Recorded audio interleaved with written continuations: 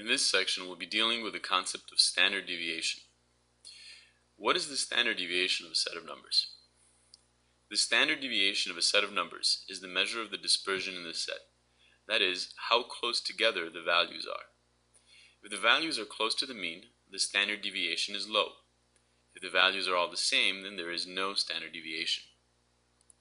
So for example, if in a physics class the average in a certain test was 65 and the standard deviation was 10, what score was 2 deviations above the mean?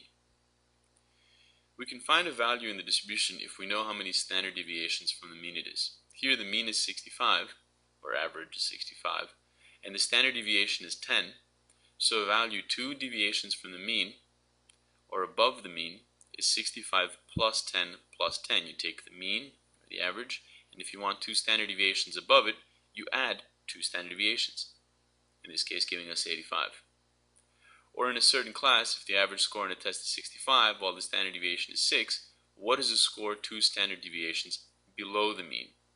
Here if the average is 85 and the standard deviation is 6, 2 standard deviations below the mean would mean 85 minus 6 minus 6, or minus 2 times 6, which is 85 minus 12, or 73. Therefore, a score 2 standard deviations below the mean means you take the mean and you subtract the standard deviation twice. So you get 73 in this case.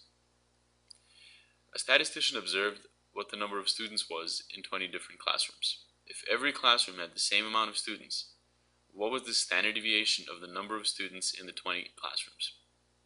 If every classroom had the same amount of students, then the standard deviation was 0.